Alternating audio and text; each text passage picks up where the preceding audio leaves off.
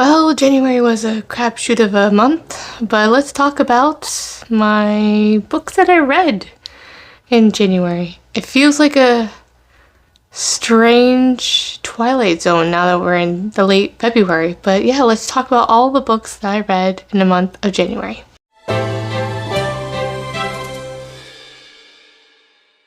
Hi there, welcome to my channel. My name is Crystal and this is Books Forever After, where I sit on my floor and we talk about everything and all things books and nothing but the books.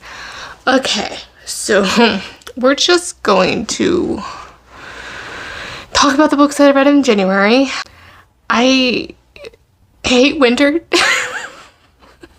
That's for sure. We've had a couple of blizzards. Just so much stuff. Yes. So yeah, not so fun. And just in general, what's going on in the world wasn't fun. But the month started out fine.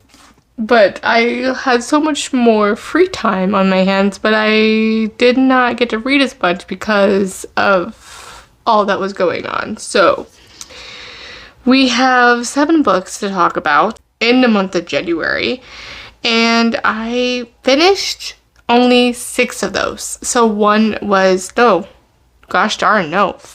of those. I finished 5 of those and 2 were a DNF. So yeah, definitely affected, understandably. But let's talk about the positive, because the very first book was a reread. I was rereading this for a read-along, a Lisa Kleypas read-along. They were starting with the Dreaming of You, or no, the Cravens Club or something duet.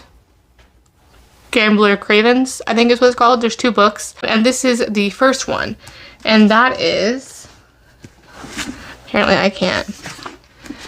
I have books piled here, and I apparently can't do it right. That was Then Came You by Lisa Kleypas.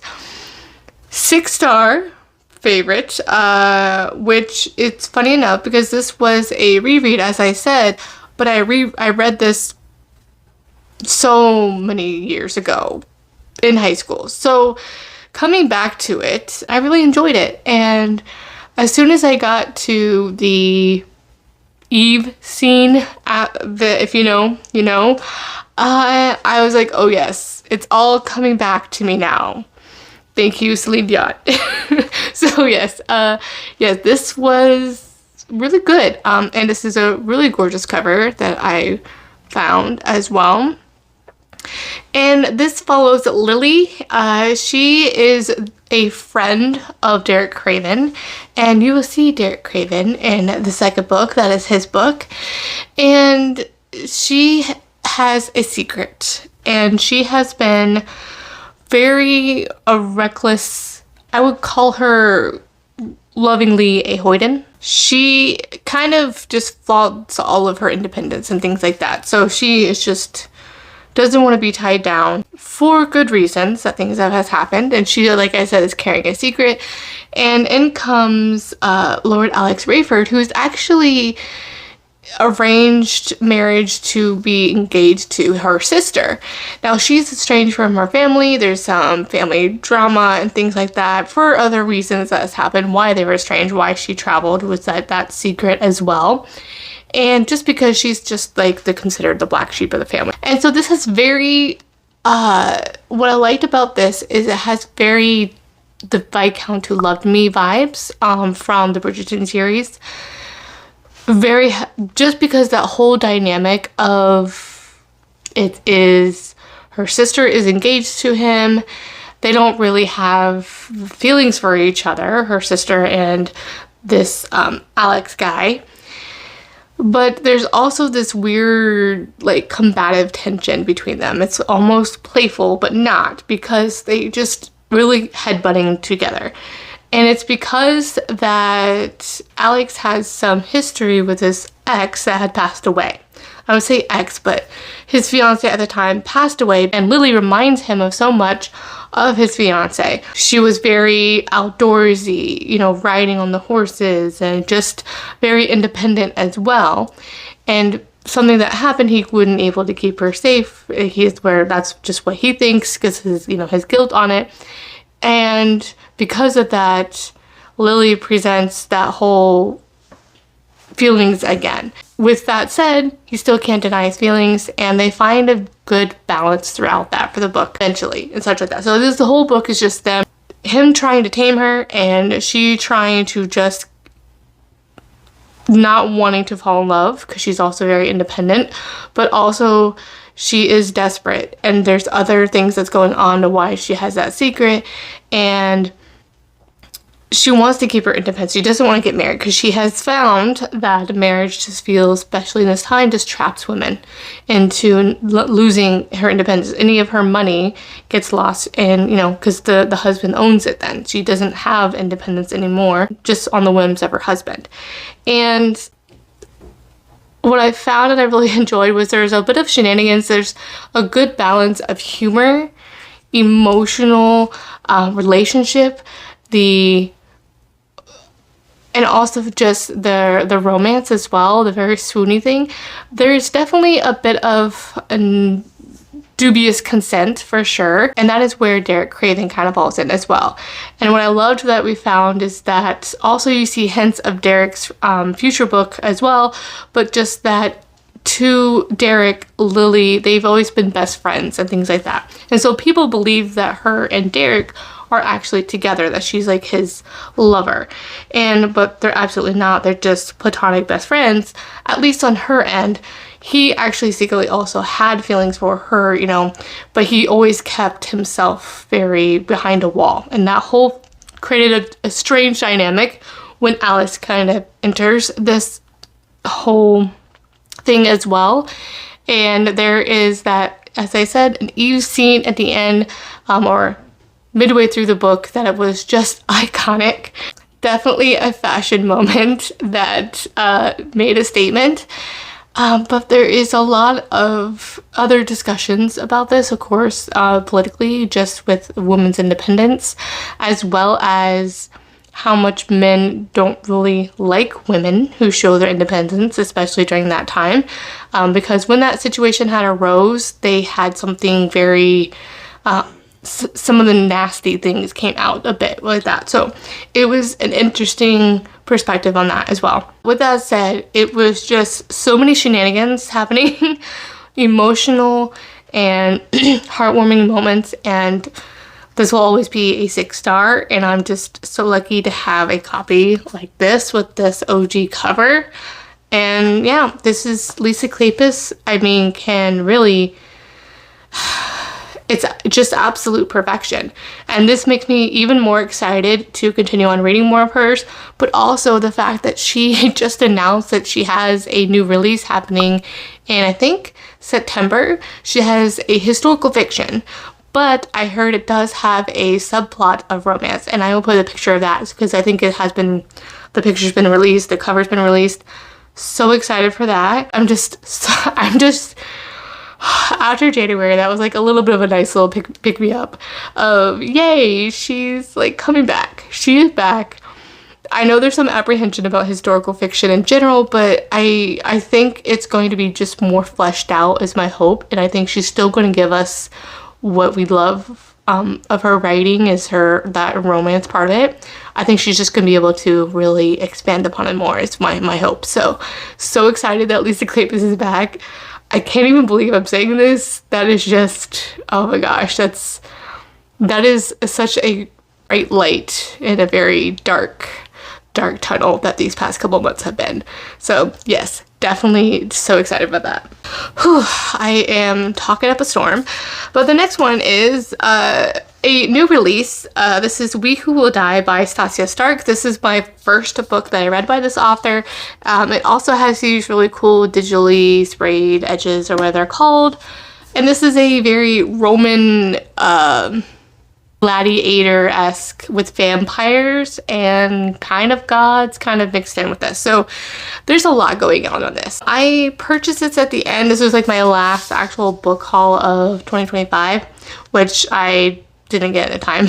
This was a 4-star for me. I was seeing this all hyped and such like this, and this was one of my like really anticipated ones that I was just keeping my eye on, and I was really excited to grab a copy of this with the really like the sprayed edges. And this is my first read with her. I do have her other series that I had gotten 2 of them from the Arcane Society subscription. And I was really excited to read this because as vampire, it has that Roman gladiator, you know, I'm all for it. It also had something that I'm so like I wish there was more of. It had a second chance trope. I think he's like he's one of the guards or soldier, like the king's guard, and she's desperate she's basically blackmailed to join these trials to help save her brother who is sick, and other things ensue. So she is has to assassinate this emperor, but things ensue. Her ex is there, and there's also this other kind of character that gives you a little bit of Rhysand vibes. So it presents a bit of a love triangle. So you can kind of see hints that it might be very obvious where this is going to go. And the one thing that was a bit of a letdown is there was a few things. It was really quick read. That's a positive.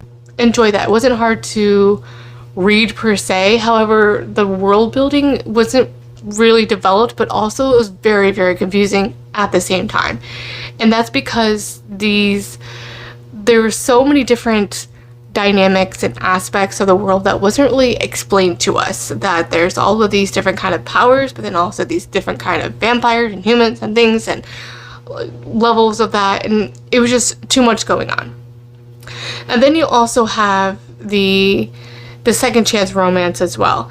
That felt a little bit of angst, but it wasn't very like delved into like a lot of more interactions between them. If there was just more character feelings of that, of, you know, any tension in that.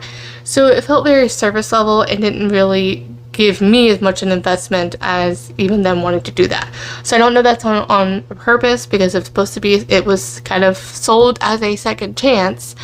And if it doesn't actually end up being a second chance in a trilogy, then it's really going to be really annoying.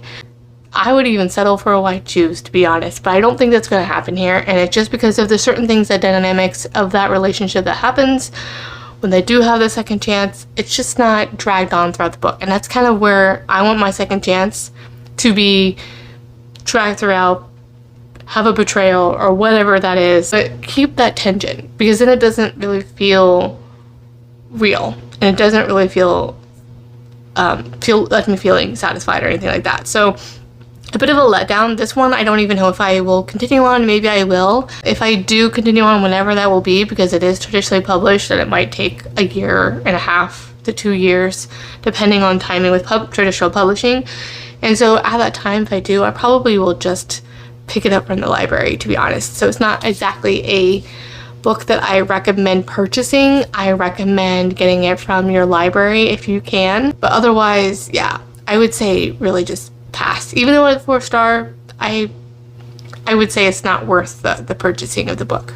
And then third, we had the Jane Austen Readalong that I am part of this year. Every other month we are going to be reading a Jane Austen novel of hers. I think the 5 novels that 5 or 6, well, I can't really count at this late at night. But this is being led by B from On Easy Read Romance and a few other booktubers here. I will link them down below for you guys to give them a follow. We will each be hosting our own live show of the book club discussion or read-along discussion every other month. And in March, so it's going to be Pride and Prejudice. So we're reading it in order of publication. And so this was Sensibility. I will also link the live show that we had discussing this, as that has already passed as well. And this one I enjoyed. So this one in Pride and Prejudice I read before, and Pride and Prejudice I absolutely loved. And I remember enjoying this, but upon a reread, it really just felt 3-star. And that's because even the banter and the very drawing room conversations, it didn't make me want to feel invested. There was just so much going on, and it in the characters as well. And that's really what it was. It's just it's really a conversation on society and on social dynamics and things like that. Really a character study. That's what I really just did not enjoy. And it makes me kind of sad, because I actually really like the movie adaptations, all of them, especially with Alan Rickman, that one all the time. And it kind of shows me how, like, the movie adaptations, I feel like, did so much of a better time here. And I think a lot of it is because of the writing style. A lot of these were just like telling me and not showing me kind of a thing. So I noticed that in here, that it was more telling me about things instead of showing me. And I really like that of these descriptions. It doesn't have to be very overly flowery or anything like that. But that's something that I definitely appreciate. Pride and Prejudice, there could be an argument for that being historical romance, but this one is definitely not a historical romance-esque at all feeling. I initially had thought, I think initially when I talked about my January TBR. So yeah, it's definitely classic literature. It doesn't have that feeling of a historical romance. It doesn't even really feel historical fiction-y, even if it's being told in that time. It just, just overall, I didn't enjoy it as much as I thought I would. And I also I listened to it on the audiobook as well, so that could be part of it. I listened to the Audible one. I'll put a link there that B had recommended, because I just didn't have the time, and with everything going on and such, I just didn't have the time or the patience to really sit down and read this one. This one was a 3-star for me. And then next I started to read One Night for Love by Mary Balogh. I got halfway through this one, and this is really what I think, when everything was happening, this book kind of was happening as well. And with the book plus everything going on, it really dragged for me. So there was a lot of it was a slog to get through. The initial opening of this one, it's basically a second chance. This girl, she travels with, I think they're in France in this French War. I think it was French War. Oh gosh, my history lesson is not doing well right now. History brain. Anyway, so the hero is a soldier as a lieutenant, I think, and her dad's like leading the captain of this group. And so he begins to like feel feelings for her. You know, he thinks she's cute and things like that, and they have a little bit of like, you know, conversation, like friends and things like that. Something happens, they get attacked, and her dad passes away during that attack. And so what he does is, because they're out, and this is really what I found interesting, is that the family was actually traveling with these soldiers during this time, so it's just as dangerous for them as well. So she does, I think, eventually get captured by the French, and she is held prisoner for a couple years or so. But before that, he had married her to give her protection and things like that, because she is a single woman out there. And like because she's no longer with her dad and things like that, her reputation would be at stake as well. So she is, I would say, he's a lord, and she doesn't know this at the time, that she just thinks he's a soldier. But she is not necessarily landed gentry, but she's kind of like middle class essentially. And so there's already a little bit of a class difference. So things are going on with her. They get separated out. He actually thinks that she died as well during another attack that happens, where she gets captured there. And I could be getting this wrong. And that just kind of how everything occurs. Interesting was the whole opening thing of this was a wedding scene of her coming and traveling to this small coastal town, and where there's a wedding happening, and lo and behold, it's the hero getting married. But what do you know, he already has a wife. And so she interrupts the ceremony with that happening. So I didn't get through much. I think I've gotten, I was in halfway, and I just couldn't do it anymore. It just wasn't. So she can't read and things like that as well, and it was just, I didn't like how the fact that she was just so naive, and how everyone felt very judgy of her as well, and the hero wasn't exactly being very supportive of help her at all, really. He felt very one note and very like a wet blanket kind of, character. So yeah, unfortunately, this also was my very first Mary Balogh. So I read this because I did pick Slightly Married, and that's the book that I want to get to. I think there's another book after this. I think I'm going to skip that because I don't think it's going to work for me, and I think Slightly Married is a lot of people's favorite, so we'll see. Actually, yeah, I'll see if I do the next one that was recommended to reading in this Bedouin saga, and then I'll continue on a Slightly Married, or I might just skip that second book altogether. So I didn't like that one, unfortunately, but hopefully the next book I read by Mary Readalong will I will really like. And then next I have another unfortunately a DNF, and it's also a new release. I DNF'd this one at 20%. This is The Second Death of Locke by V.L. Bovalani. Can I read? Bovalino. Bovalino. And this actually was a gift to me by Abby Jean, and we were going to buddy read this one. So we were both buddy reading this. I think we actually both DNF'd this. I don't know if she went back to pick it up to try to finish it. I just don't. This isn't working for me. This one was a lady knight, so knight and friends to lovers fantasy, which I was really intrigued about, and that she supposedly has possible secret powers. They're like, well, I guess they have some weird connection. So they have a mage and a, I think she's like a healer. I forget what it's called, like his arm or whatever it's called. So they're like magically, you know, bound together, where basically he can just siphon off of her magical powers and such when they're in this war or whatever and battling. She's like a magical well. And based on, like, you know, by the synopsis here, it says like if she dies, then all magic dies with her. So she's like a long lost person, supposedly. Essentially from what you can tell from the synopsis. I just did not enjoy the writing. It just felt very, I don't know if it's clunky is the right word. It just wasn't working for me, and I think also my mental state during that time wasn't helping anything either. This one just wasn't a good one, and the writing wasn't for me. And I don't know if I will pick this one up. Maybe if I try again later, if it's, and see if it was just just the wrong time, wrong book, or if it's really just not something that I'm going to enjoy with the writing style. So I'll give it another, you know, college try in a month or two and see, and just try to read the first chapter again and see if it piques my interest. But yeah, I don't know if this is one I'm probably gonna like, so we'll see.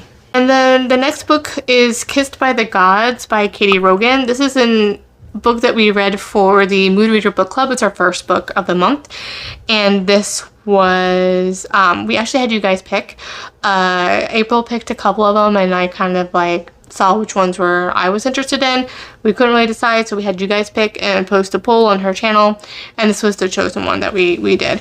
So this was indie published and is just now got traditionally picked up, and I think actually the getting released either, I think in March, if I'm not mistaken, or just very, very soon for sure. It's this year. This was absolutely amazing. This was a 5-star. Alright, I don't know where I left off. I had to go rub my daughter's back. Go back to sleep. Alright, so yes, so Kissed by the Gods, we read this for Mood Reader Book Club. 5 stars, so good.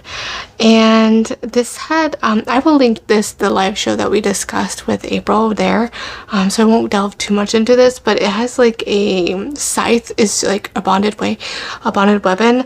I forget what they're called. It follows Lena.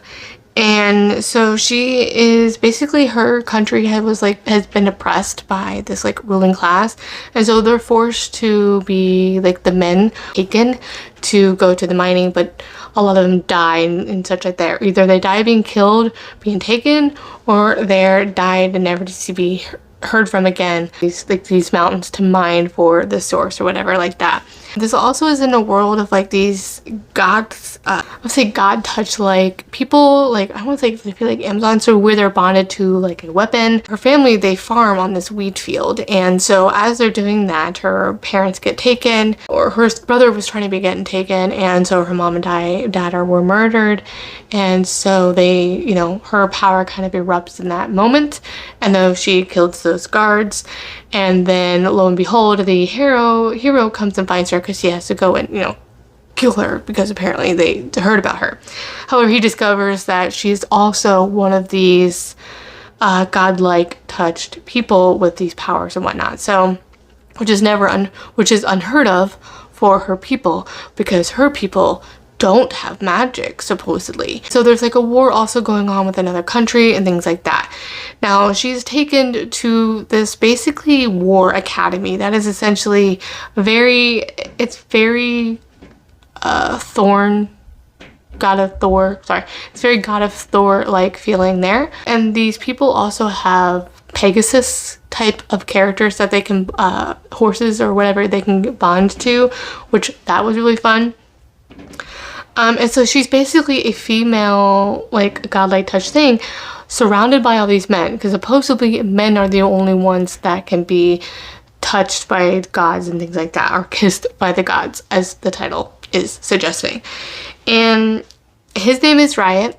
And so essentially whenever this happens to you, you have to basically forsake your family. And they also are not allowed to be with, or have a relationship. You have to be like full on dedicated to this source and things like that. What's really funny though is there's something called like a pleasure house that every now and then they can go to. And so what I really enjoyed was this found family feeling as well. I mean, her whole introduction to this whole people as well, she has to do like a whole battle and things like that happens, was epic as well. Her forbidden romance as well with the male main character is because, you know, they're not supposed to have relationships and things like that. So it has that forbidden love aspect as well. And just, you know, these hidden powers, and oh my gosh, it was so good.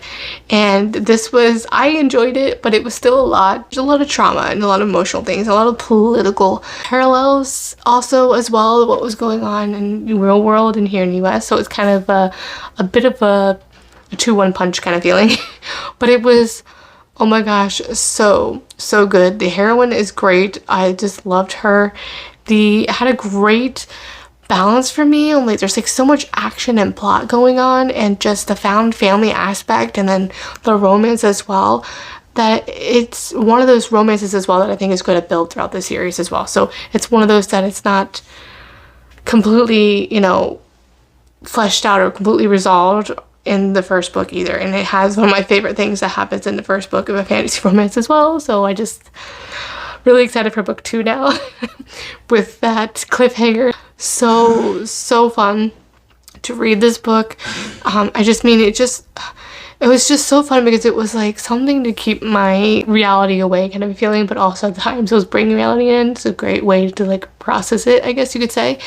But it was just so engaging. It's action-packed, plotted and paced so well that it's just an automatic 5-star and an automatic favorite. I think this is truly going to probably be on one of my best books of the year, no doubt. It was that good.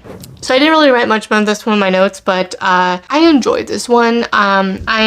This one is The Night Secrets by Kat Martin. It has this iconic bathtub scene here.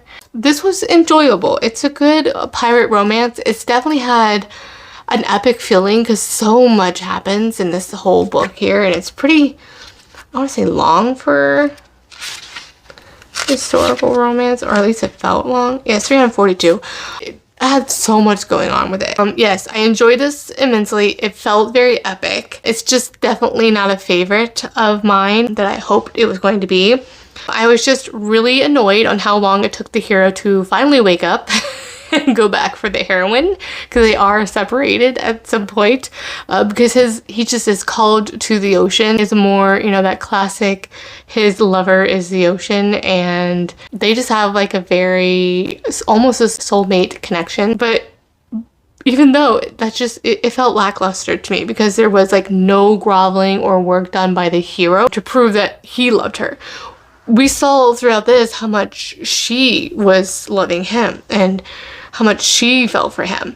But we really didn't get that, only in these weird instances of feelings of jealousy or whatever when he does come back and things like that. Just because she's trying to, you know, she grabs the attention of one of his friends that is an Earl, and, you know, he basically said, "Don't wait for me," and that whole thing. And it just felt very unsatisfactory for me with that, because I'm like, I want to have the feelings of not just the heroine. I guess I want to, you know, that angst is level, but I want to feel that at least that the heroine cares enough as well. And I don't think I got that.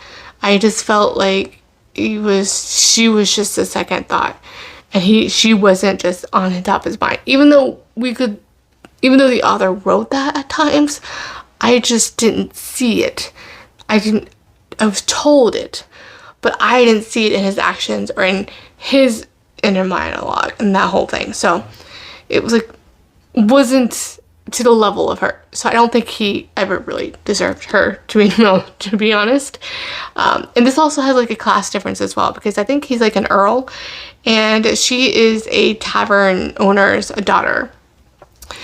And she's trying to get away from her dad. Her dad is abuse. So just trigger warnings for that. There's also SA in this book that happens, obviously not by the hero, but other things that kind of happen that way. And there's a bit of a mustache twirly kind of mystery plot as well, because someone is sabotaging his ships as well, and he's trying to find out who is sabotaging his ships.